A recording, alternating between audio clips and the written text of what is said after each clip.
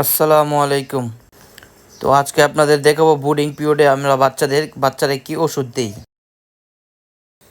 তো এই যে দেখেন 1000 বাচ্চার জন্য আগে আমি 4টা হোপার দিয়ে দিয়েছি আর 100 স্কোয়ার ফিট জায়গার মধ্যে বুডার রেডি করেছি। তো আলহামদুলিল্লাহ বাচ্চাগুলো সব সুস্থ আছে। তো চলেন দেখা যাক আজকে বাচ্চাকে কী ওষুধ দিই। তো এই যে চলে আসলাম, বাচ্চাকে প্রথম দিয়ে দেবো এন্ডোসিন প্লাস, তার সাথে দিয়ে দেবো রেনামক্স পার লিটার 1 মিলি, আর এন্ডোসিন প্লাসও পার লিটারে 1 মিলি করে দিয়ে দিব।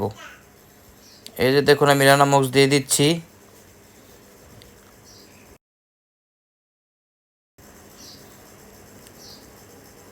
তো ওষুধের প্যাকেটটি ভালো করে লাগিয়ে নিচ্ছি। এই যে ওষুধ দেওয়া শেষ, ওষুধটা ভালো করে মিশিয়ে নিচ্ছি যাতে সুন্দর করে পানির সাথে মিশে যায়। এই যে দেখুন ভালো করে ওষুধটা আমি মিশিয়ে নিচ্ছি। আমাদের ভিডিওটি যদি ভালো লাগে তাহলে আমাদের চ্যানেলটি অবশ্যই সাবস্ক্রাইব করে দিবেন প্লিজ।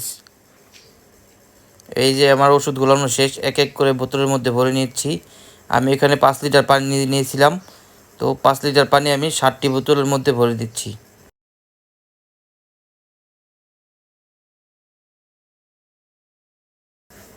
এই যে একটি একটি করে আমার বোতলগুলি ভরা শেষ, এখন নিয়ে দিয়ে দেবো বাচ্চাগুলোর কাছে।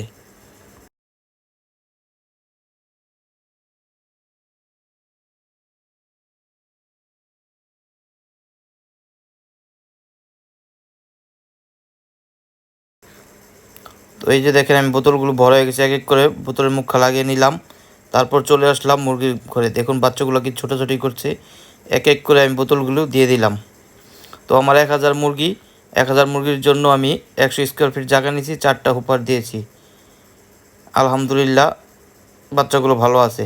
আর বোর্ডিং পিরিয়ডে আমি তাপমাত্রা আজকে প্রথম দিন 35 ডিগ্রি সেলসিয়াস রেখেছি। প্রতিদিন 1 ডিগ্রি করে নামাবো। তো আমি রেনামক্স আর এন্ডোসিন প্লাস দিয়ে দেবো 5 দিন।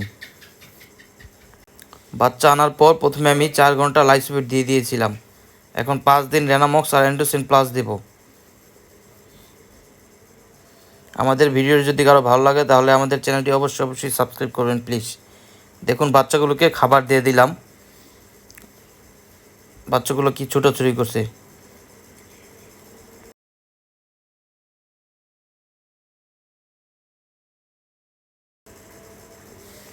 তো আমি মুরগির বাচ্চা এভাবেই বোর্ডিং করে থাকি। এভাবে বোর্ডিং করবেন, আল্লাহর রহমতে দেখবেন একটি বাচ্চা আপনার মারা যাবে না।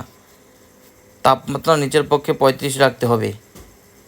প্রতিদিন 1 ডিগ্রি করে কমাবেন।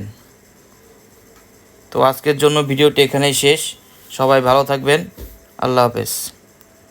আর আমাদের ভিডিওটি যদি কারো ভালো লাগে আমাদের চ্যানেলটি অবশ্যই সাবস্ক্রাইব করে দেবেন প্লিজ।